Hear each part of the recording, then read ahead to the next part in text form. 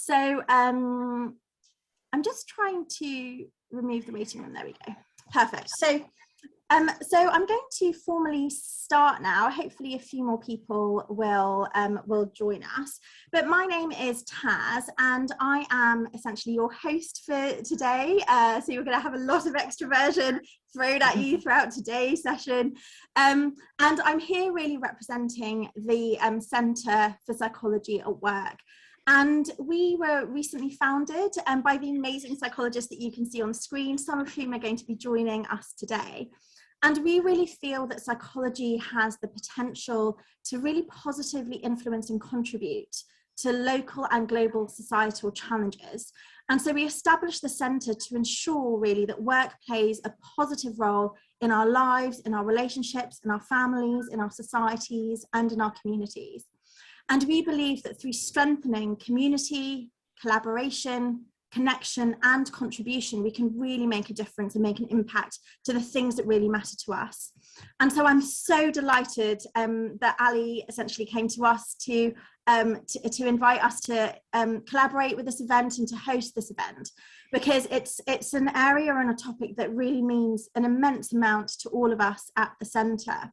And our hope is essentially that as we explore sustainable employability today, and we're going to learn a little bit more from Ali about what this is and what this looks like, that essentially as individuals and also collectively, we can really influence employability of current and future generations. And essentially as a group at the centre, all 7 of us, we came together initially because we wanted to contribute to the employability of psychology graduates. We were finding that a lot of people were graduating from psychology and were really struggling to get into the marketplace, into the workplace, into the marketplace. And so we wanted to make psychology a more accessible profession. But actually we realised that it isn't just about psychology that this is challenging for. It's challenging for a lot of people who want to enter the workforce to really gain the skills that's going to enable them to be successful. And we know obviously through the pandemic that the pandemic has essentially impacted young people, those finishing school, college, university, really quite significantly. We're potentially going to see the impact of this for a long time yet to come. And so I'm so excited to be hosting the event today on behalf of the Centre for Psychology at Work, and really looking forward to hearing from all of our experts today who are going to share their thoughts on this from a multiple of perspectives. So we're going to explore the challenges young people are facing, and we're also going to be really seeing, well, how big is this of an issue? And looking at also some examples from organisations and people professionals in terms of how we can actually help. So just quickly before I introduce our speakers, just a little bit of housekeeping and then we will get into it. So it looks like all of you have already done this, but please keep your microphones on mute for the session today. Except obviously when we get to the Q&A, then it will be really nice to hear some voices and I will call upon you if you have questions. It is a lunchtime session, so like I said, do feel free to eat your snacks on camera or off camera. That's absolutely fine. We are recording, but what we're going to make sure that we do is that because I'm recording on the cloud, we're recording in lots of different ways. And so we'll make sure that when the recording is released, you'll only be able to see the speakers and the slides. But also if you do ask a question, you may appear in the recording. So you can choose if you ask a question in the Q&A, whether you have your cameras on or off, or whether you prefer just to ask your questions in the chat as well. So what we're going to do today is we're going to do a bit of an introduction to each of the speakers up front at the beginning, and then we're going to move through all the presentations, and we're going to keep all the questions for the hopefully what's going to be a half an hour discussion at the end. And so if any questions come up, if you have any thoughts, any insights, any reflections, please do share them in the chat. You can share any questions with me privately if that feels more comfortable to you, or you can just share in the open chat. And the speakers, when they're not speaking, might share some responses to some of the questions in the chat as well as having the discussion at the end of today's session. So hopefully that gives us all an overview of how today is going to play out. So I'm going to start now by introducing all of the speakers, and I'm going to first introduce Ali, who curated today's conference. And Ali is an award-winning business psychologist with a real passion for psychology, particularly around technology and psychometric test design. And he's really passionate to help organizations and individuals thrive. And Ali has expertise in designing a variety of recruitment solutions covering the entire kind of end-to-end recruitment cycle, from attraction, sifting out to selecting in as well. And he's particularly passionate about the area of employability. And I know that this event was really important, or to Ali, you know, I know this event was really important to you, and that you're keen to use knowledge and assessment to help young people become more employable. So I'd love to hear a little bit more about how the event came to be and why this is such an important area for you. Thanks, Naz. It's a bit weird looking at my younger self in the photo. It's like that was a pre-pandemic Ali, much smilier Ali. But yeah, I think, thank you so much for the great introduction. I feel like I should take you around anytime I go into a room. That'll be a great way to be introduced. But yeah, I think the reason I was really keen to run this session and also to kind of collaborate with the great speakers that we have today is that I'm just conscious of where we are as a society right now. So there's lots of green shoots that we can see. We're allowed out again, which is fantastic. But it's also quite clear that it has had an impact. And even though we are currently experiencing the positives of being able to get out and be able to enjoy the wonders of the world once more, it's quite clear that this year and the last year has had a huge impact on young people in particular. And one of the main reasons why I was quite keen to run this session is that as a business psychologist or an occupational psychologist or a person working in the HR sphere, I feel like we have a lot to support in relation to through the assessments that we design. They are the sort of route for many people to join the work environment, in terms of models that we create around what are important in terms of the qualities people need, again, are things which I think are really, really valuable and useful in regards to this. So it just felt for me a topic that I think, you know, our colleagues in this sphere actually have a lot to say and a lot to add around this topic, and can actually be really, really supportive of addressing this issue in a range of ways. And potentially we don't really directly interact with it. We may interact with an aspect of it, but what I was keen to do is to just have an opportunity for us all to chat, to hear from a different points of view, from the very beginning of what are these young people facing, to actually what are employers looking for, and some of the statistics that Mark's going to share. So I'm really excited to talk about this today, and thank you to Taz in particular for going out of the way and you know, volunteering a lot of her time to organise all of this and put this all together. So yeah, thank you. That's me. Thank you, Ali. Yeah, really looking forward to today's session, and thank you too, just for bringing it all together. Well, our joint effort. So our first speaker today is Miranda Glavin, who is a qualified careers advisor with a degree in psychology. She founded Elevate Careers, which is a careers guidance and education and social enterprise over 10 years ago, really in response to a lack of forward-thinking careers guidance provision for young people. And Miranda, I know you've worked with thousands of young people, and as you say, not so young people as well, to really support people in their career journeys, and would love to hear, you know, why sustainable employability is such an important area for you as well.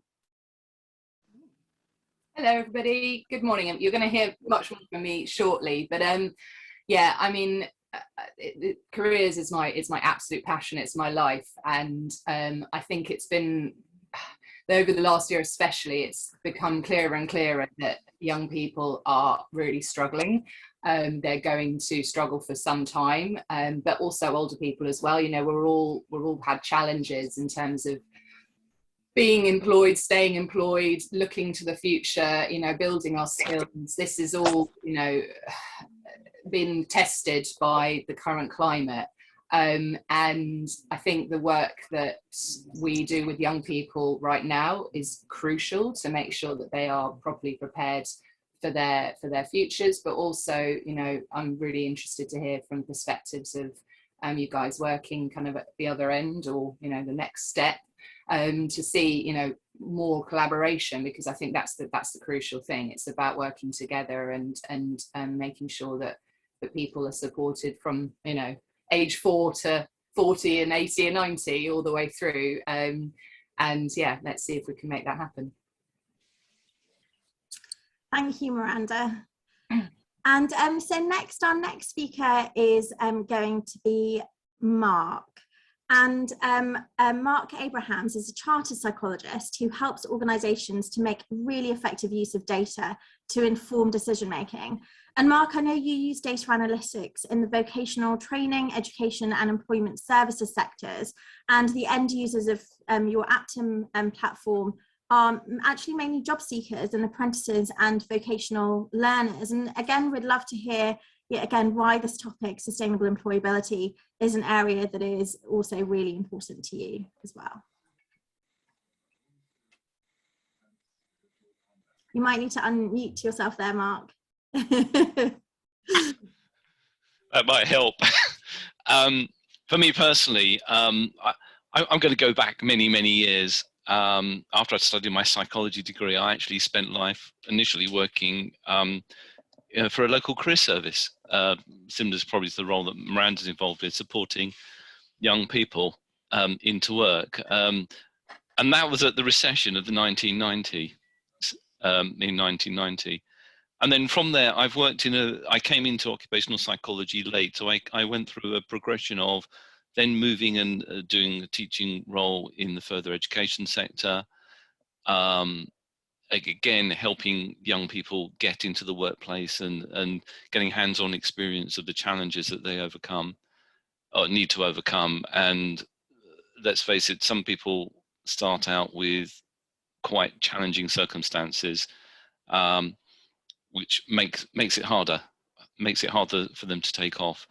And so that's kind of where I started life, and then I moved on into occupational psychology, and now actually with working at MWS Technology, I've kind of come full circle in the sense of I've got the occupational assessment background, I've got this history of education and you know, careers guidance or careers information really.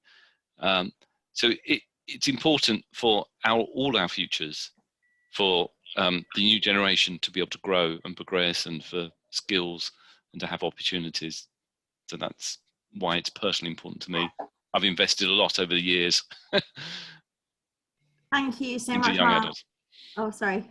Yeah, Yep. Thank you, Mark. It's really interesting just to hear a little bit about your kind of early history, and like you say now, how you've come kind of full circle back. And actually, it seems like there's real synergy there with Phil Wilson, who's our final speaker of today. And Phil is the chief psychologist and chief assessor for the civil service fast stream, an early talent team, and lead for the occupational psychology service consultancy team. I am reading this because it's a lot, Phil, that you are heading up. And Phil, I know you've also overseen the multi-award winning Summer Diversity Internship Programme, as well as the Early Diversity and Autism Internship Programmes as well within the civil service. And it seems like you've got quite a strong focus on diversity and inclusion particularly. And so again, I'd really love to hear more about why this topic around sustainable employability is also really an important one to you. Yeah, absolutely. Yeah, I'm quite tired with all those job roles. It's exhausting. It is a real privilege to work in this area. I've had the opportunity to do this particular role for about 12 years now in the civil service, the fast stream and emerging talent program in particular. And that's all about recruitment of young people, mostly young people, from schools programs all the way through to graduate programs and beyond. It's absolutely amazing to work with those people. It gives you an amazing energy, and they're so talented, and there's so much that they can offer, and they do offer. And thankfully, we can provide some really great opportunities in the civil service. So it all comes together. It's a delight to have you know, those connections and those opportunities in the different programs that we run. Earlier this week, in fact, I sort of set up the launch event for the Summer Diversity Internship Programme. This is the start of that programme for this year, for 2021. We had 700 interns in the programme, and that's the most ever. There's so much interest from the interns, but also from departments in the civil service. They are fully committed to bringing people in, and a lot of it is around diversity. So our focus is around lower socioeconomic background students, ethnic minority students, and disability students as well, in particular, as well as all the other categories that you might mention. But we are so enthusiastic and so focused on trying to develop these people, these young people, into becoming senior leaders and making a real contribution to the UK society. Thank you, Phil. That's just incredibly inspiring, and actually offers, I think, a lot of hope, and really looking forward to hearing more from all of our speakers in due course. But first up is Miranda, and I'm personally so excited to hear from you, as I've dabbled in career coaching myself, and so really interested in hearing more from you. So I will hand it over.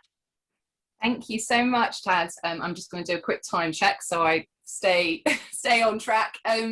So hello again, everybody. So it's such a pleasure to be here. Thank you for inviting me, Ali. And yes, so as I said, I'm a careers advisor. I've been a careers advisor for about 13 years, and for about 10 years, I've been running Elevate Careers, which is a careers guidance company based in Brighton. So I mostly work with young people in sort of Brighton, Hove and Sussex region. As well as that, so I'm just going to let my dog out, because there's always something, isn't it? Working from home.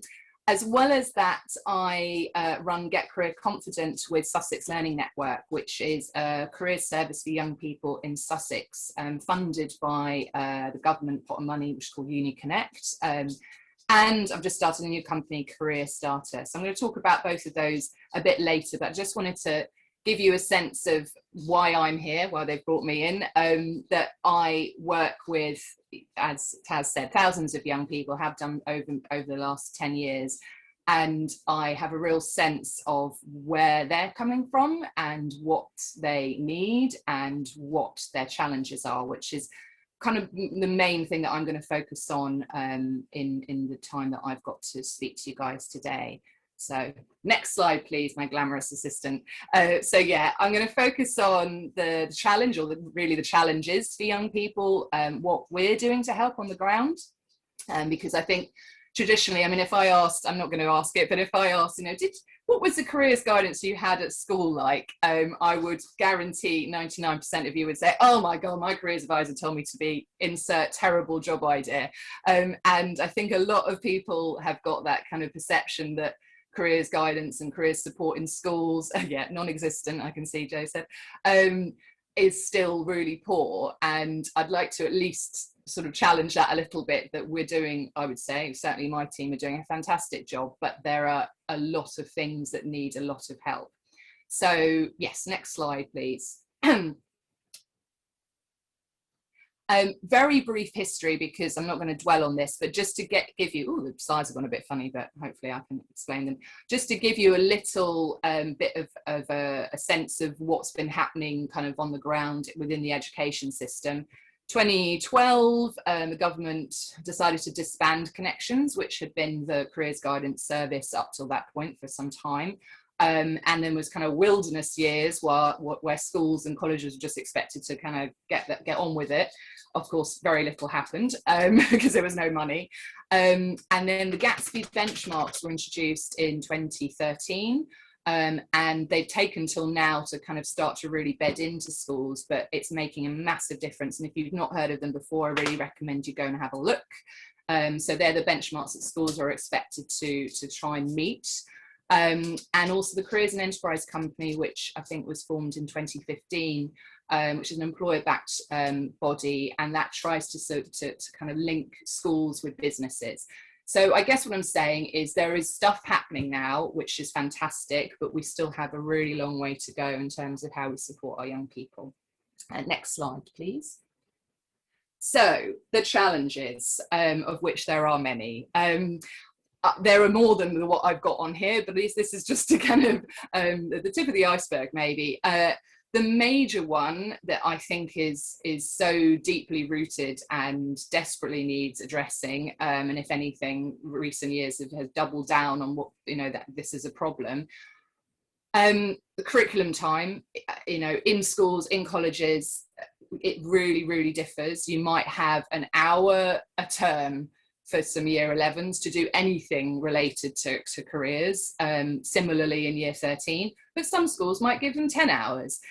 Some schools might have work experience. Some schools might not do anything with any employers. It's such potluck, and it means that as careers professionals, we are really, you know, limited in what we can do with young people to help prepare them. Some schools it's amazing, some schools it's not. That needs to be addressed.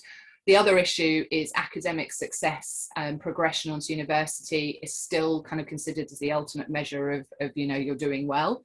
And so, you know, that's a problem for everybody, because it's not necessarily the right route for everyone and they need choice. But it's still kind of the pyramid heads that way.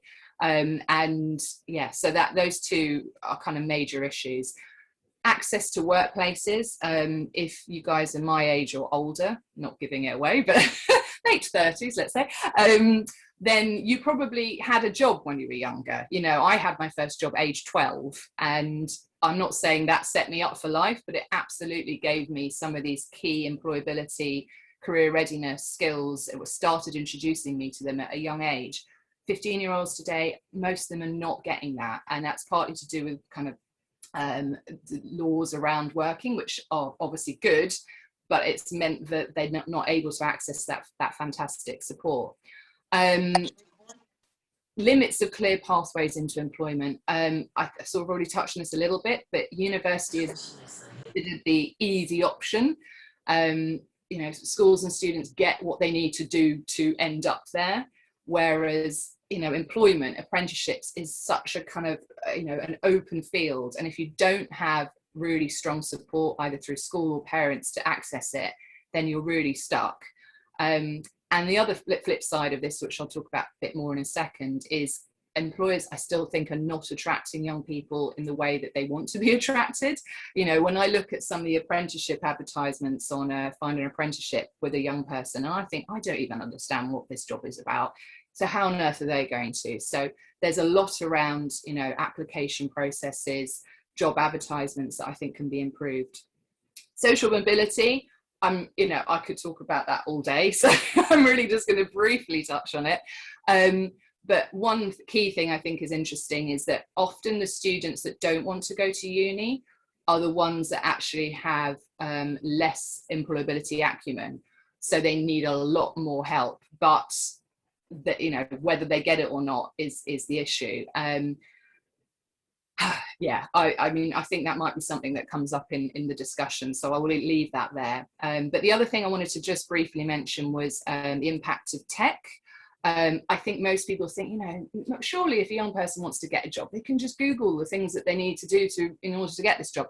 Actually, it's information overload. The amount that's out there and the poor quality of a lot of it means that young people actually are just kind of overstimulated and don't know where to go. And so that, you know, is one of the reasons we put together Get Career Confident.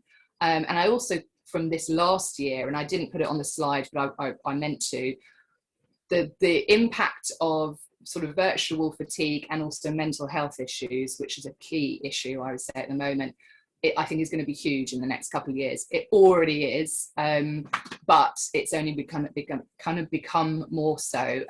Young people who have, you know, last few years have had to learn online are now saying, oh, I don't want to do more of this. I hate my computer. And as adults, we've kind of just adapted for the most part, but young people are going, oh no, I want something different. So I think that's going to be quite interesting, because obviously we're becoming more tech, but they're going, oh, I don't want to. So there are some challenges. Quick time check. Oh, okay, I think we're all right. Next slide, please. So what are we doing? I'm going to talk very briefly about this because I want to give you some things about what I think employers and recruiters can be doing. But on the ground, so Get Career Confident, we really focus kind of on some innovative practices in terms of making a difference to young people. So we are speaking to young people through the mediums that they use themselves, which means that they don't have to, we can kind of bypass school. We do stuff in schools, but it doesn't have to be there. You know, they can access this in their own time, and that was kind of crucial. So we use video and social media to speak to them as much as possible. We provide inspiration and information, unbiased, professional careers advisors giving information and opportunities as well through our videos, which I'll show in a second. And we offer guidance to young people, but also their parents, families, and teachers. So it's supporting that whole kind of holistic bubble. Next slide, please. Just to give you a flavour of some of the things that we do. So our C2B videos are interviews with people working in the local area. These are not brand videos, they are stories. There are individual pathways to help inspire young people to recognise there are all sorts of different ways of getting to the same place. Everyone has a different history, and you know, some people have done brilliantly at school, some people have done terribly. But it's really just to get them thinking broadly about their futures. And those have been really popular. If there's anyone here who wants to do one, always looking for extra people. But we try and focus on Sussex, but it can go broader as well, because we want them to see, you know, actually this is something that, you know, this person down the road's doing. Next slide, please. And the how-to videos kind of do what they say on the tin. Anything from how to get your first job, writing a CV, to applying to university, to figuring out what you want to do with your life, all those kind of big questions that come up in the sort of 12 to 19 age range, we address in our how-to videos, because I realized that young people weren't reading the stuff I was putting together. So now I'm having to do this a lot, but it does seem to work, and it's so easy for teachers to put on for 5 minutes and then have a professional speaker in their room without them having to learn all of the stuff that we know. So those have gone really well. Next slide. Just very briefly, our social media, if you guys want to follow, Twitter is for teachers and any sort of people interested in kind of the careers world. So yeah, absolutely follow us. Instagram's for young people, and Facebook for parents and carers. So follow us on all three if you want, but Twitter will probably be the one that be of most help for you guys. Next slide. And yeah, I just wanted to touch on, so Career Starter is something that's born from almost this very conversation that we're having here today, in that I recognise there was an issue between young people coming out of school and college, and my colleague who runs a recruitment agency, a nice one, recognised that was also an issue, and we've come together to look at how we can help address that. So doing a variety of things, including supporting candidates out of school into employment, connecting employers with suitable candidates through our network of careers advisors, people on the ground working with them, and also helping employers to reach those that diverse pipeline through better kind of their job application process and how they're marketing their opportunities. So really speaking to young people. So that's again, if if you're interested in helping us or supporting, working with us, and do let us know. Next slide, please. Okay, what can you guys do? I haven't had my 13-minute message yet, so I'm feeling good. I've got time. This is great. So I've tried to put it into 3 categories, but again, there's lots more that you could be doing, but these are some things that I think are super important and can make a massive difference. Engaging with your pipeline. Valuable work experience. Okay, that does not mean giving them the tea duty for a week, but it also doesn't mean they have to be there for a week. Valuable work experience could be half a day, if it's half a day where they're actually going to get something out of it. It could even be a conversation on Zoom. It doesn't have to be the kind of traditional have them in, got to figure out something to do for the whole week. Just anything where they're getting to understand a little bit about what you do and why you do it. This is something that I think is fantastic, real world projects. I was in a school last week where they were doing a work experience day where a number of employers had provided projects for the young people to work on, and then they were going to look at them later on. I think they were presenting them back to the employers, and they were filming it. The whole thing was such a buzz about it, and it meant that they felt that we were actually doing something real, and it made you know, it's making a huge difference to those young people. Try and volunteer time flexibly. There are a lot of employers who are putting together fantastic programs, but they're 12 p.m. on Tuesday, the 4th of July. You know, the amount of schools or young people can access it at that exact point, you know, you're already limiting. So trying to be as flexible with what you can do is going to be massive. Parity of access. Okay, this is, I think, a real crucial one. So having spoken to my colleague, my co-founder of Career Starter, she was saying, giving a great example, which is an employer, she was, well, a job opportunity that had come up. She contacted every head of engineering in that region at a school to say, have you got any young ladies who would be suitable? And one of them got back, said, I've got a girl, she's fantastic, she's very shy. And the employer actually supported that girl. You know, she went through the same process, but they gave her a little bit of leniency. She's now in that job, having a fantastic time. Would she have got in if she hadn't had that teacher be her champion? If she hadn't had Becky go and reach? No, of course she wouldn't, because she wouldn't have got through the first hurdle. But yet she's a brilliant candidate. And I think it's that, you know, when we talk about diversity and trying to attracting is one thing, which we're not even doing brilliantly. The second thing is we actually really have to support them, because they're not going to have the same support network. And so, you know, what can we do differently? I talked about champions, you know, reach out to teachers, mentors, careers advisors. We know our young people, we know what to do to help them get there, but we need you to kind of be there holding out your hand. So it's that relationship. This one I feel a bit scared about saying, because I know we've got lots of psychometric assessors here, but you know, real people are important in making those hiring decisions, and a lot of young people are just not going to get through the psychometric test or applicant tracking software. You know, offer work trials instead, because that's, you know, you're going to see what they're like rather than whether or not they tick all the boxes or perform well in an interview. So that's some of my ideas and some of the things I think work in terms of parity of access. And then the last thing is connect to young people. So get in front of them. You know, we're offered so many opportunities from, you know, organizations that are trying to support and pull in young people, but unless they actually come in and talk to them, it's just this thing that seems like, oh, I can't do that. You know, they don't have the confidence to access it. So it's use social media, make it sound fun and appealing and accessible. You know, the things they care about is, you know, can I afford it? Does it look fun? Can I travel? You know, these are, from an 18-year-old perspective, that's what they're, you know, what they're going yay about, not whether or not they're going to have a pension as part of the offer. You know, so it's trying to think from a young person's perspective, and that's what we try to do all the time. So yeah, I think we'll just go on to the last slide. I don't think I've got anything else, but we'll see what comes up. Yes. Yeah, like I said, follow us on our various channels, because we put loads of things on there if you want to know what's going on sort of in the age range of up to about 19 from their perspective. But I'm really looking forward to looking at the chat, because I can see it's been pinging since I've been talking, and to hear from my other speakers. But yeah, hopefully I've giving you a complete whistle-stop tour of what's going on locally, or you know, on the ground with young people. And yeah, let's see what Mark's got to say. Thank you so much, Miranda. I noticed that my mind is absolutely buzzing full of questions and thoughts. And yeah, as you say, we've had some really interesting comments come through in the chat as well.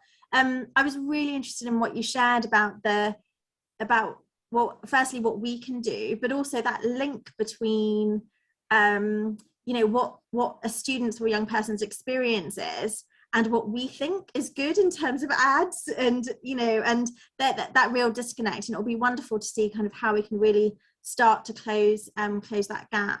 So yeah, really interesting. Thank you, Miranda. So next up we have Mark. So over to you, Mark.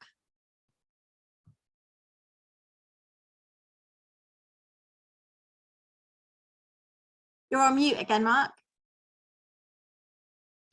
Thank you. It's a good thing I still got my video on, so you know that I'm trying to talk and I'm not succeeding.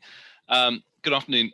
I'm aware that I've got about 15 minutes, so I'm going to skip through a lot of my content and talk in general themes. When we get to the end, some of the themes that I prepared had already overlapped with what Miranda's already talked about, which is, though I'm going to bore you with some statistics to support the reality. As a brief introduction, what I want to talk about today evolved from a number of discussions I've had with Ali some months ago about basically the size of the early career applicant population for those at different qualification levels, and in our roles as kind of devising talent assessment for typically graduates, thinking, well, hold on a minute, what else do we know about the the sort of 50% plus people who don't go to university? So I want to just go through some of the, mainly focusing on apprenticeships and what that market looks like at the moment as an opportunity for candidates to develop their skills. Next slide, please, Ali. So before I kind of get into that, just as a quick reminder, and firstly a recap of qualifications and skills within the UK. A lot of this is probably very familiar with you, to you all, but I just wanted to kind of put the clarity around it, because the statistics I'll be talking about later hang off this. So basically there are 7 kind of designated levels. You're all familiar with GCSEs, which is level 2 or intermediate level. The grading, if you've got teenage kids, you'll know that the grade scheme changed last year before, from 2 years ago, from A star to C as a pass, to grade 9 to grade 5 as a pass, where actually grade 4 is a pass, but it's a weak pass. And then above that we have A levels at level 3, or known as advanced level courses, and then beyond we have going into HNC and university, or kind of university delivered courses such as degrees up to level 6, masters is level 7. My focus really is going to be around the level 2, level 3, and what that looks like. And of course, young people have a choice. They either study at school, or when they get to 16, they go into the 6th form and study, or they go and maybe to an FE college, and a minority go off and take apprenticeships at the age of 16 and so on. Including in level 2, we have also Scottish Nationals, and for level 3, we obviously have Scottish Highers. Next slide, please, Ali. So what actually happens in the real world? So as a context, in England last year, of those 16-year-olds who took GCSEs, only 49% got a grade 5, a pass, in both English and maths. The percentage that get 5 GCSEs, i.e. the kind of the standard for a level 2 attainment at 16, I think is around 50%. I can't remember the exact numbers. The numbers are all available from the Department of Education website. By law in England, and it kind of applies to the other countries in the UK, all young people have to continue an educational training to at least their 18th birthday. So that means when they reach secondary school 16, they either go to college or they go to some kind of formal training course. And in terms of in terms of outcomes at age 19, i.e. the end of the 2 additional years, we find that roughly 60% have level 3 A levels or similar, and the average outcome for an A-level course is actually 3 Cs, which surprised me. I thought it might be higher, but it's not. And then also at that age, 83.4% actually have a level 2 qualification. So we have a proportion of people who don't even reach that. Some of them will have special educational needs and so on, which limits their opportunity into the workplace. Why am I telling you this? Because the research kind of demonstrates that if you have a level 3 qualification, you have sustainable employment through your lifetime. Below that, the statistics show that you struggle. And that's why it's important. Next slide, please. I'm going to skip this one. Next slide. So what happens to all these 18-year-olds? If we just look at the 18-year-olds, of which there were roughly 538,000 of them in July 2020, 38% went to higher education. Actually, in total, around 46% in England went to higher education. Some took a year out. 25% went into employment, some of which may have been with training. The data isn't clear. 9% went back into further education to do an additional course, and with COVID, there was government funding for under what's called the adult education budget for doing some additional training or top up or resits, and 9% went into apprenticeships. NEETs are a different group. Those are not in education or training or employment, and that sits around about 6%. So in terms of other countries in the UK, Scotland, Northern Ireland, Wales, all very similar. I just wanted to flag at this point in terms of destinations, actually the number that go to university or the university participation rate is really variable across the country.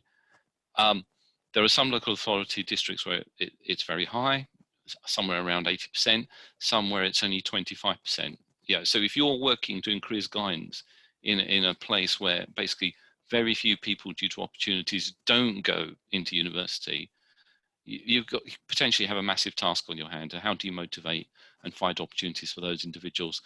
The Office for Students, the link is here. If you look it up, look at their Polar 4 data, you can look at the data for your local small, is the lower output statistical ONS areas. It's really interesting. It's really interesting. Okay, next slide, please. So, apprenticeships. Traditionally, apprenticeships were kind of the route for many school leavers from education into work. Yeah, my father-in-law and many other people of a certain age of the previous generation would have undertaken apprenticeships, and that typically would have involved a model where you kind of studied 1 day a week at an FE college or a technical college, and then you worked 4 days a week actually putting those skills into practice. There was a bit of a dip in terms of how these apprenticeships operated, and basically they've been kind of reformed a few times in the last decade, but particularly in 2007, the government introduced the apprenticeship levy, where if you're a business where your payroll's over 3 million, 0.5% of payroll needs to go into a pot that can only be spent on apprenticeship training. Also, at that point, apprenticeships were focused on what are called frameworks, where fundamentally you completed a qualification, be it a BTEC National or some kind of certificate alongside your job. That's completely changed. The government in policy introduced something called standards. There are 600 standards, each aligned to a specific job role, like adult care worker, and each standard has a defined set of knowledge, skills and behaviours, basically competencies that the apprentice has to learn. And these are externally assessed. They're not assessed by the school or college and verified by exam boards, awarding bodies. They're assessed by usually professional bodies. So the apprenticeships now are delivered by colleges, universities, but about 60% of the delivery is actually undertaken by private training companies, funded through the Education Skills Funding Agency. And what's interesting is those companies that tend to be a bit more creative in terms of how they're delivering the training. They were going online last 2 years ago predominantly, and the pandemic has just accelerated this. So next slide, please. So how does that impact young people going into the workplace for COVID? So if we look at the academic year in terms of apprenticeships, starts in August and runs through to July. So we've got the data from August 2020 to 21 and against the previous years in the chart. As you can see, there's a fall off. Apprenticeships overall fell by 18% in terms of number of people who started an apprenticeship with COVID. The impact is on younger people is quite huge. If you're under 18, under 19, it was 33% fall. If you're 19 to 24, 20% fall. Only a 7% reduction for older learners. Next slide, please. And that's quite scary. So, and the other aspect is not only how it's changed by age, but by level. So you have here a couple of charts, but the high level picture is that the level of apprenticeship training has shifted over the years from, you know, back in 2013, it was 65% intermediate, level 2. That's now only 31%. And the proportion of higher courses is increasing and increasing. Apprentices are also becoming much older and taking much more advanced qualifications. Actually, over 25s now make up 47% of all apprentices who start a course. Where does that leave the young person? That's a problem. Next slide, please. This is a slide, this data is publicly available. So what you can do is carve the data up by what's the length of employment before you start your apprenticeship. Basically, as you can see, younger apprentices are all kind of new hires, the blue bar. Whereas if you're the older group, 25-year-olds and above, are all typically, the majority are having been employed by the company at least 12 months. So what is it that employers seem to be doing is they need to spend their levy pot, and they're spending it on current employees, basically by enrolling them on apprenticeships to a certain extent and upgrading their skills. Next slide, please. So what happens to the under 19s?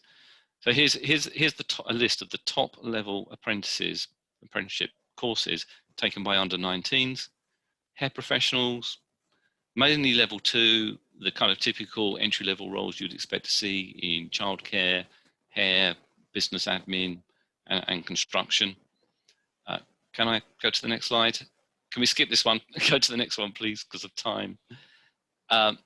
If we look at what 25-year-olds are doing, these apprentices are being enrolled on typically management and leadership type courses. As you can see, the most popular by a long way is team leader or supervisor, and this is across all age groups, in fact, but generally it's 25-year-olds, but also senior leader, operations department manager. You can see the theme. Adult care worker in obviously in the last quarter has seen quite a reasonable growth. In previous years, it was also there was quite a lot of growth, but obviously with COVID, it's a necessity.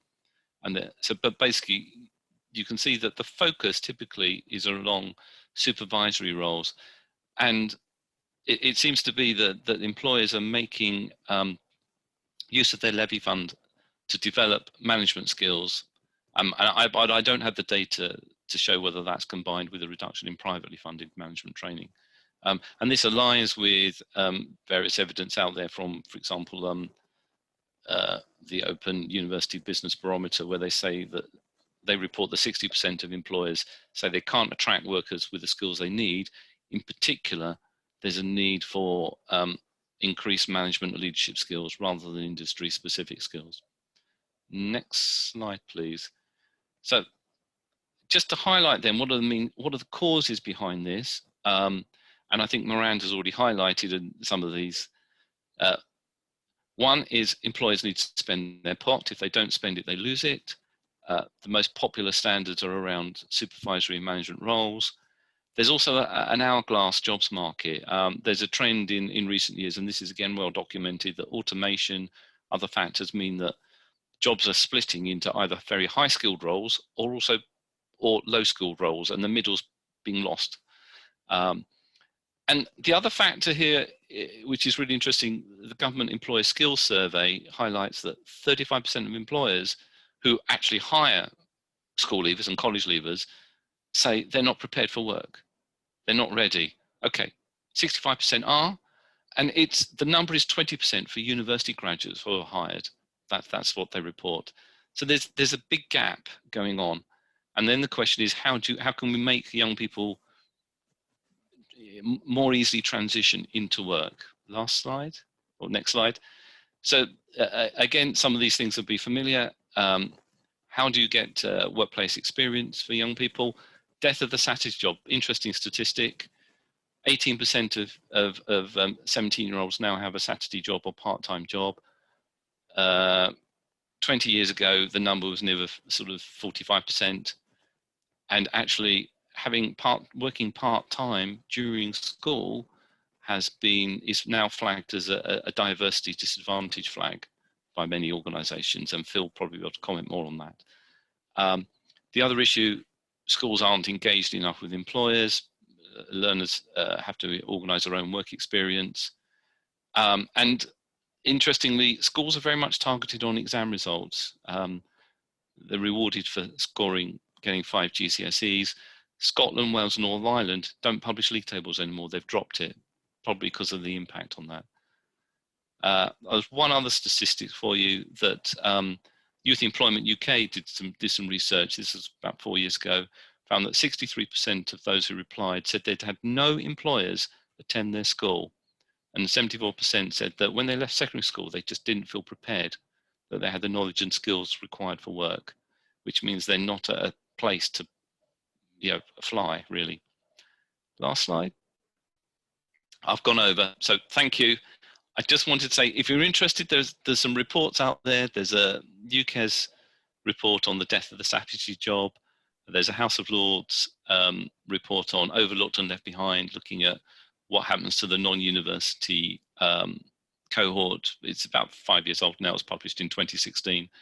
And on the Apton website, we actually have a interactive dashboard that allows you to drill down into the apprenticeship data at local, national level, if you want to explore it in more detail. And thank you for listening. Thank you so much, Mark. I always find it so fascinating when we see the data and the impact, particularly of COVID. I thought that data was really interesting, but also just seeing the differences over the years. So how things have changed so much over the last 20, 30 plus years, and the impact of that.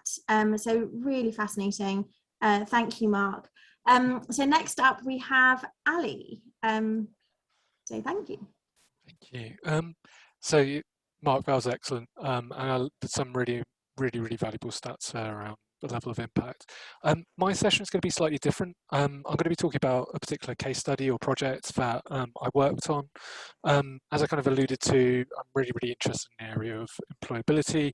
I think for me, one of the things which I think has been really interesting theme across a lot of what we've been discussing is about that connection between employment and the young person, and that being a big driver for potentially the solution around this, but also where there's the biggest gap that we're seeing. And this is a project which I worked on quite a few years ago now, and it's one which I'm particularly interested in and proud of in terms of the experience that it gave me, just getting a view of some of the challenges that sort of parts of the country are facing. And what I'm going to do is just talk through this, and hopefully it will provide some food for thought around this topic. So in this section, I'm just going to briefly just cover sort of what is the project, what did we do, and also the framework that was generated from this project. And hopefully there'll be some interesting things across all of these factors. So just to give you some background around this project, so I worked with an organisation called Think Forward. I also worked with an organisation called One Up, which are two organisations which explicitly work in and around East London. So obviously the challenges in all organisations and all parts of the country are different, and as you can see with the experience that Miranda shared around the real local work being done around Sussex, this organisation, Think Forward, were actually a social enterprise that was set up by a private equity foundation. And what they were wanting to do was basically work directly with young people between the ages of 14 to 18 in the sort of Shoreditch area of London. So I think for me, what was particularly pertinent about this particular project was kind of just when you go to the East End of London, there's no other part of the country which is, you can see such a explicit sort of divide. And going back to Miranda's comment about social mobility being a particular challenge, where you would be literally in the shadow of the city, where, probably the centre of commerce for the country, and just right round the corner you would see you know, some of the greatest deprivation in the country, and they'll just be in earshot. And so this particular charity worked with young people directly who were likely to become NEETs.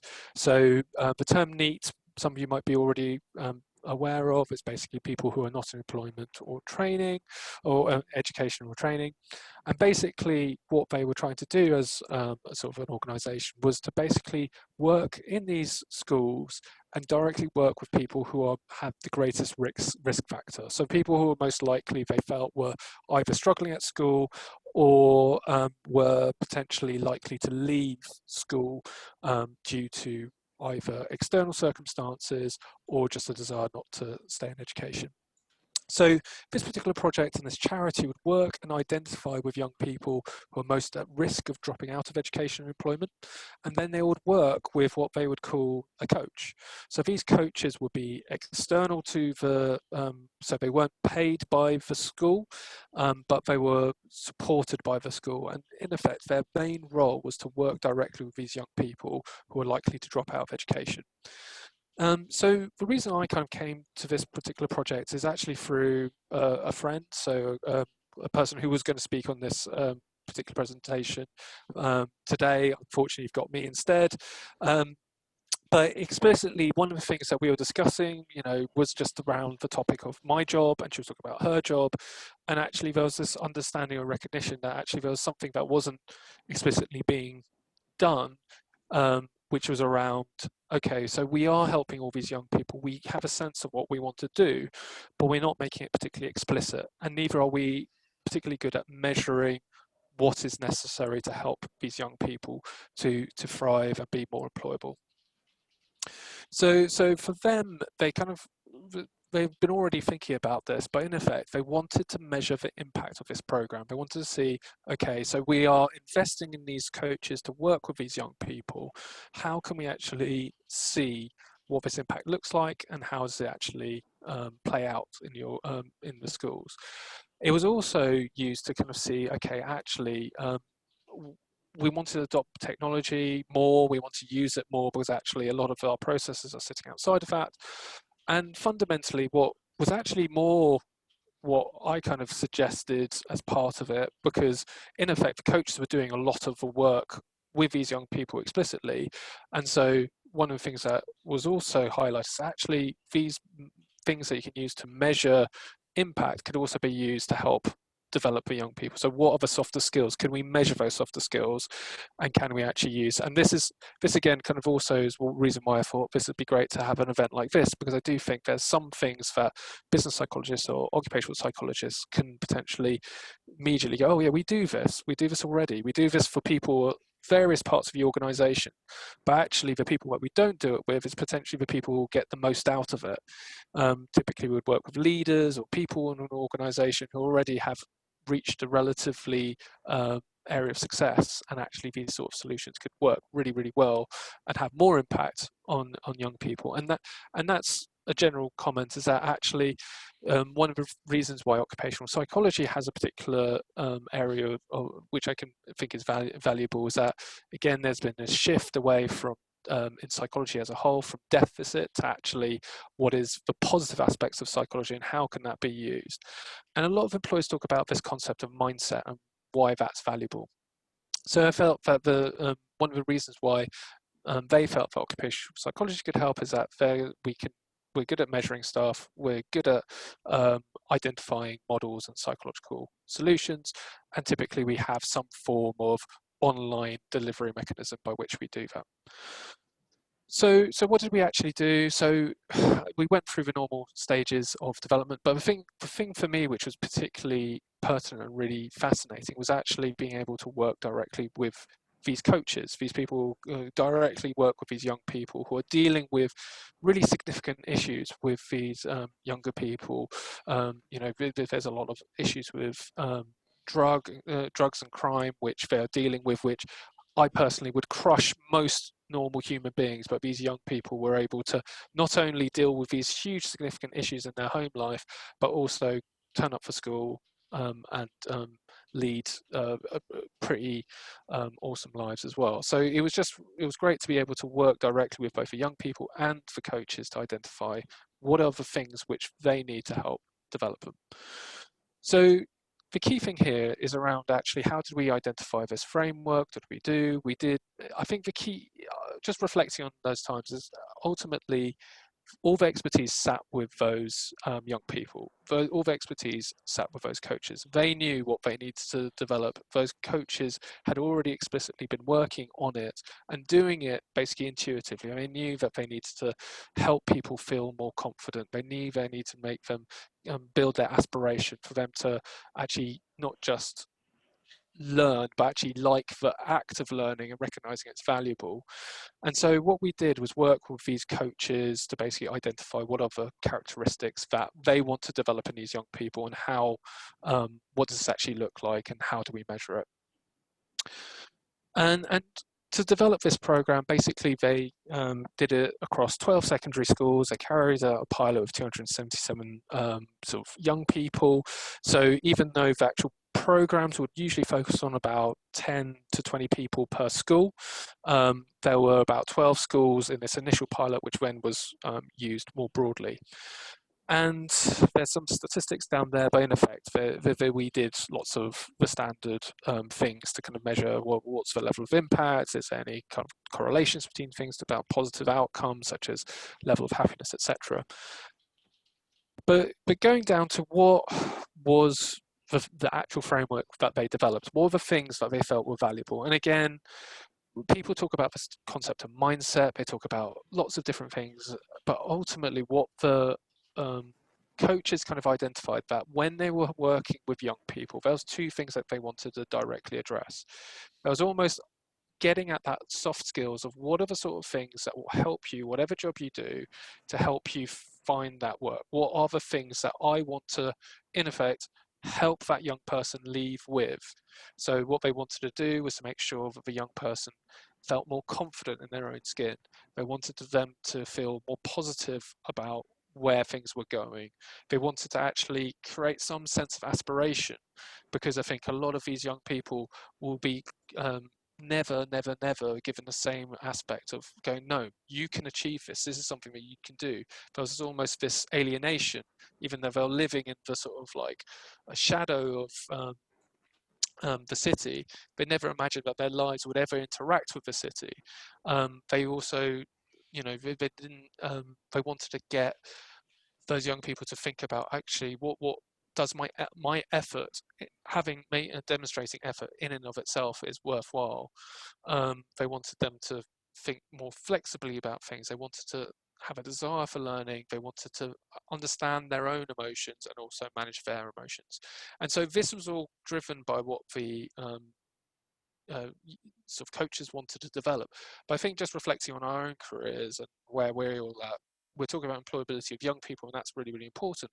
But you can think that all of these things are things that all of us, you know, whatever stage in our career, ultimately, if we're able to, you know, believe in ourselves, see the positives, aspire, put in the effort, think flexibly, try to learn, understand our emotions, and then manage them, we're hopefully in a better place to deal with the challenges that we face. And then they also wanted to be explicit. So again, they wanted to say these competencies are potential competencies. So being able to build relationships, work in teams, communicate effectively, be able to problem solve, and also plan their time. And these were the other competencies. But what they wanted to do, and I think the thing which I think was really, really valuable, was that actually using this tool, they were able to show people who were supporting these programs that actually not only is this a valuable concept, but actually there was data to follow up to say, look, please invest more in this, because we were able to say, we were able to measure this, they increased their happiness, they increased satisfaction, they had significant increase across all of these different scales. And also just looking at the breakdown of achievements in the first year, this was a sort of description of kind of how this kind of played out. So there was an increase in percentage of people moving into further education, there was an increase of percentage of people going to university, and there was an improvement in grades. So I think the thing which was lovely to see, and this has nothing to do with this particular, I was only a component of it, but I think the key thing which I would say that I saw what made this program work was actually not this psychometric tool, that was just a part of it, was actually more this connection between these three core areas.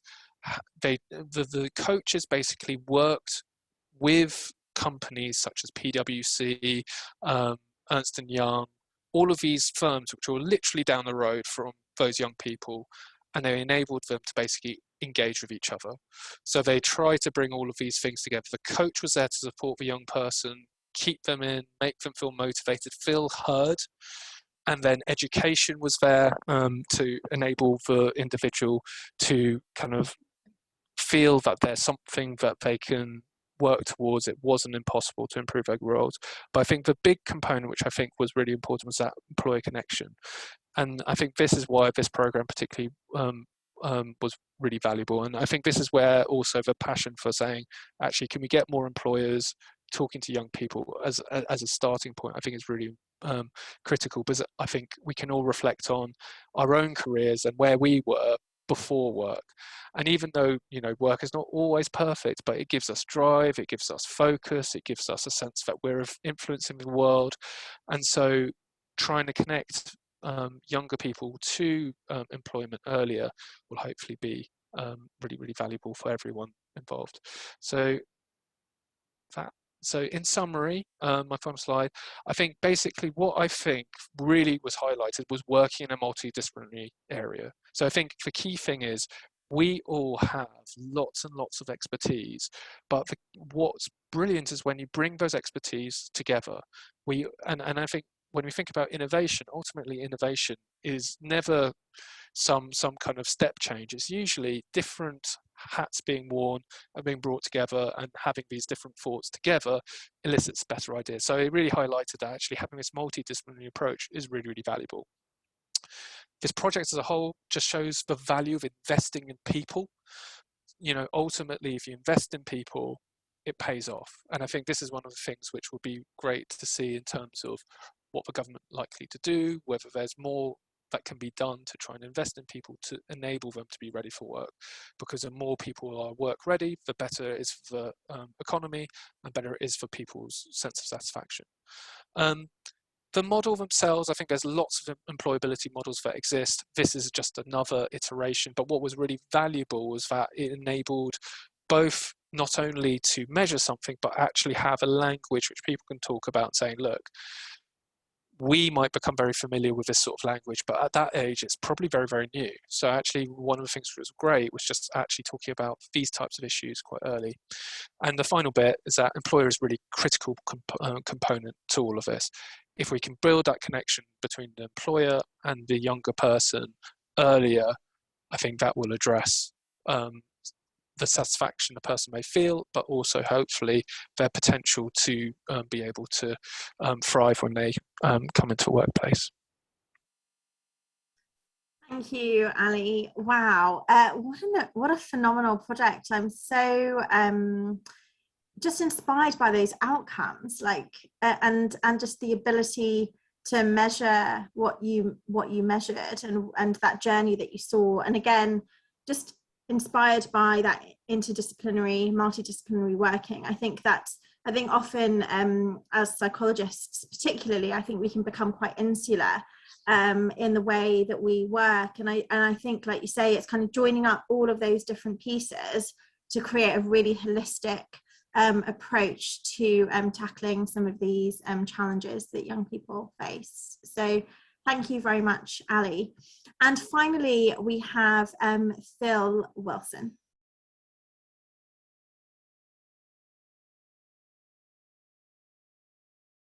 Unmute, key one. Okay, great to join you. Thank you so much for being able to be part of this session, and I'm really looking forward to contributing. I'm just going to give you a snapshot really of the work we've been doing in the civil service, the work that links very much to employability, the idea of giving opportunities, and hopefully, you know, making a difference to young people. And you know, what we've heard already today has been very much inspiring about how we can support young people, how we can understand their particular needs, and the sort of interventions that might be profitable to make a difference to those young people.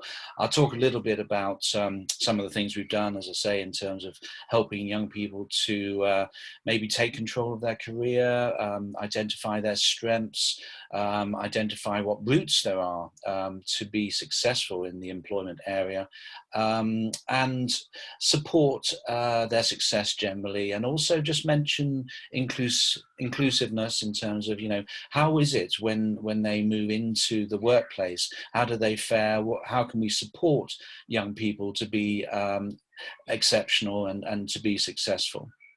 Okay, next slide, please.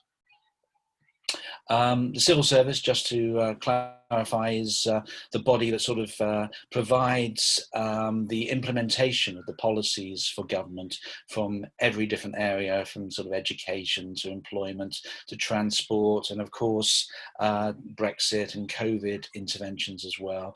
And all of those areas are areas that young people that we bring in are absolutely involved with, and it's fascinating to work in those sort of projects. And I know that they get so much from their involvement, the responsibility and the intellectual challenge and so forth. About 400,000 staff in total, all across the UK. So that's the civil service. That's where I'm positioned and have been working for a number of years. Next slide, please. And there's so many different roles. I mean, the sort of roles that we bring in for graduates are perhaps researchers, analysts, economists, project delivery officers, and so many other areas. We have 15 big schemes in our graduate program, for example, as well as other programs, and they encompass so many different areas that really affect many people's lives. Next slide, please. And the programs that we run that I'm very involved with relate to areas like internships, diversity internships in particular. I'm very focused on the areas of supporting people from different backgrounds, and the graduate programs and so on. So we have a great mix, and it's a real privilege to have involvement in those programs and be able to shape those programs as well. Next slide. The sorts of areas that we're particularly involved with relate to everything from schools programs. T-levels are increasingly going to be introduced, apprenticeships, of course, as we've heard already, lots of diversity internships. I was saying earlier that we have a summer scheme at the moment with 700 interns. We had one earlier this year with about 200. So in total, we brought in, or will be bringing in, around 1,000 young people on internships. We have our graduate program, which is our flagship program. We bring in usually over 1,000 graduates every year. It's the #1 scheme in the country on the Times Top 100, and it's really exciting to be part of. And we have a near-miss scheme as well. So for those candidates who don't quite hit the pass mark, we also have additional near-miss opportunities, and that's significant because it often links to diversity. Those who get on the near-miss schemes are often more diverse. And we have a new program called Beyond Boundaries, which again is a sort of diversity-linked type program for those who are early starters in their career and bringing them through to leadership positions. Next slide, please.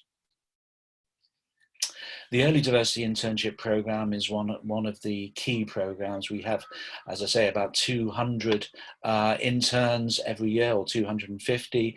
They're for lower socioeconomic, disabled, and also ethnic minority first year undergrads. It's really exciting to bring them in, to give them opportunities, to raise awareness about the workplace so that they can develop their skills, to allow them to shadow existing graduates, and give them lots of exposure to projects and to different parties, different participants in the civil service. That's the EDIP. Next slide, please. And then we've got our large scheme, which is the one that started earlier this week, the Summer Diversity Internship Program, 700 or so interns, as I've said, and it gives an opportunity over a couple of months, although often it's extended, and then onto the fast stream graduate program. So we ask the interns to apply, or encourage them anyway to apply for the fast stream program, and a lot of them do, and the success rate is really encouraging. We've got a success rate which is far higher than it would be if they hadn't done the internship. So those sorts of work experience opportunities are incredibly valuable. Next slide, please. And this is the flavour of our graduate program. These are just 3 of the schemes from our 15 different schemes. Commercial scheme relates, for example, to contract delivery. Digital scheme is all about, technology and the projects that relate to digital and technology areas, and have a lot of people come through that. And then we have our diplomatic service as well, which is about working in the foreign affairs area for graduates. And again, some really interesting opportunities there. I think one of the things I always say to our young entrants or applicants is about being a strategist, trying to take control of their career, and really hopefully marshalling all the resources they can find to support their success, identifying what they want. What is it that they really want to achieve? How can they develop their confidence, to have self-belief, develop an understanding of the opportunities in the civil service and elsewhere, and also do some really good research about the roles that are on offer, and also how to do the assessment processes is incredibly important. So that's being a strategist, and more generally, just careers advice is offered about how to network, how to identify internships, how to make connections with people to get support and other opportunities in different ways. Using social media, of course, is an incredibly important area for a lot of people. Doing volunteering and so forth. So those sorts of access opportunities are really important, that we try to encourage. Next slide. And one of the other things is just trying to counter any self-limiting beliefs that we may have about ourselves, or young people may have about themselves, that they aren't sufficiently confident or don't feel ready for particular roles. They may label themselves in slightly negative ways, but reframing some of those words can really make a difference. So for example, if you feel you're slightly reserved, you're slightly shy, then reframing that in a more positive way perhaps can be helpful. Or if you don't feel able to make decisions, to recognize that actually that can be a positive, because it can allow you to take some time and weigh things up before making any judgments. And next slide. And also just playing to strengths. Strengths is a very important area for us. We assess strengths through our selection process, and we try to identify people who've got their energy, really enjoy the work that we offer in the civil service and elsewhere, and identify what is it that energizes them, and what do they get from those opportunities, and use those strengths as a key tool to assess them for particular opportunities. Next slide. The sorts of things that we ask them to be assessed on and that they are reviewed on relate to behaviours such as making effective judgment with information, identifying improvements, being innovative. Those behaviours are really critical to our assessment processes. And next slide. And we also have lots of strengths that we look at as well, as I mentioned, the capacity to enable others, to support others, to be inclusive, to support different people from different backgrounds, and as I said also, to really engage with improving and being innovative to improve the work that we do. Next slide. The assessment process is critical, of course, to bringing in young people, whether it's for apprentices or for other programs. So this is our mapping for the graduate program, in fact, from sort of online assessments through to a video interview, through to an assessment centre. So these are the stages that we ask the applicants to go through. They can be a little bit daunting. So one of the things that we really do sort of focus on is supporting them and demystifying them in terms of the selection process. So if we go on to the next slide. We offer coaching for particular groups, practice opportunities, and also feedback about how they're performing. So bringing together that support can really help people through the selection process. And next slide, please. We use diversity partners, which are so important and so helpful in terms of making bridges between young people, particularly from diverse backgrounds, and the employer, making sure that we can make those connections and give them support and help. So at the moment, for example, we're working with Upreach, which is a social mobility charity, and RARE, who focus on ethnic minority groups as well. Next slide, please. We do a great deal in the diversity space, which is so relevant to young people and so relevant to helping people who may have come from a disadvantaged background, from a lower socioeconomic background or from some other group. So we offer positive action. We provide opportunities to be fast-tracked through selection processes based on certain criteria, coaching, I've mentioned the near-miss scheme, also looking at internal staff who want to look at new opportunities. We do cultural bias reviews around the processes that we run and develop so that they are as fair as possible. We try to make our assessors as diverse as possible to engage with young people from different backgrounds, refresh our selection processes and our criteria, do lots of outreach and engagement, lots of campaigning and updating our website, look at how we pass mark and how we assess to make sure that's as fair as possible.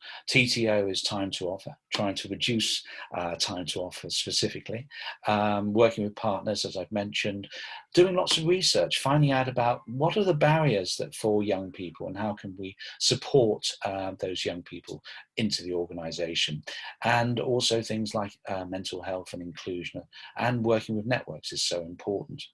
So on the last slide, I think this is the last slide, we have a few thoughts, or I have a few thoughts around inclusion. This is really important. So we bring young people in, whether they're interns or apprentices or graduates, and we want to make sure that their experience is positive, that we are welcoming, that we get the very best from them and they feel like they want to stay in the civil service in the different roles that we offer. So one of the big things we've been doing recently is lots of listening circles, speaking to the people in role to understand how their experience is, what things can we improve, what things can we do better, and in that way put in place action plans which will make a difference to support their experience. And lots of other things, making sure our policies are inclusive, having allies to help people from different backgrounds, understanding microaggressions and how to limit any such behaviours, being inclusive as a leader, having measures to measure inclusivity so that we know, are people feeling welcome? Are they able to voice themselves in terms of their opinions and be themselves and be authentic? and support mental health. That's so important, has been so important during the pandemic, of course, but it is really important to try to help and support people in respect to those particular issues. And we've found so much help also from our networks, from our diversity networks, to help people from different backgrounds when they come into role, and make sure that there are supportive networks to help them through the different stages of their career. I think that may be it. I'll just check the last slide. It is indeed the last slide. That's my email. If anybody wants to contact me or link in, please do. But I hope that gives some idea of the sort of activities that we've been doing in terms of employability and diversity in the civil service, and specifically around the fast stream and early talent programs. Thank you, Phil. That's just fantastic. So interesting to hear such a broad range of activities that you're doing within the civil service to really start to make an impact. And I imagine there's still a journey to go on, but it's really wonderful to hear just how much progress you've been making over the last few years. And I've been one of the assessors on the fast stream process, and that's been really interesting to be part of as well. So thank you to all of our speakers. It's been an absolutely fascinating hour and a half so far. I've noticed that, yeah, it's just been brilliant to hear so many different perspectives, and to see just the journey as well from, you know, from Miranda, what you were sharing in terms of the experiences of young people, right the way through to what organisations are doing to really support that inclusion and that attraction as well. Just wanted to say thank you again to all of our speakers for joining us. Thank you also to Ali for curating today's session and bringing everybody together.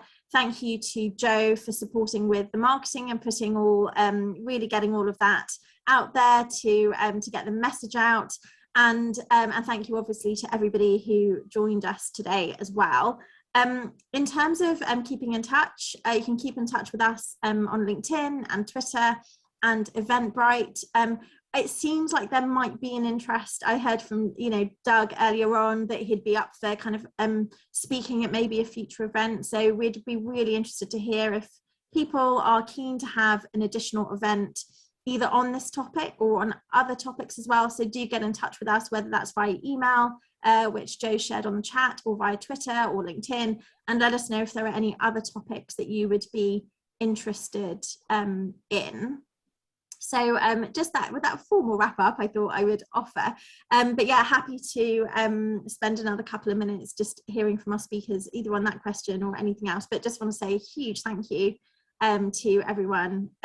It was really great. And so I can see Sandra in the chat, future events on diversity and inclusion in general would be super helpful. That's definitely something that's close to my heart. I work in the space, largely in the race equity space, so that would be really good. But yeah, anything else, do just let us know in the chat. And yeah, thank you. I'm going to stop the recording now and to formally close, and then we can continue the conversation.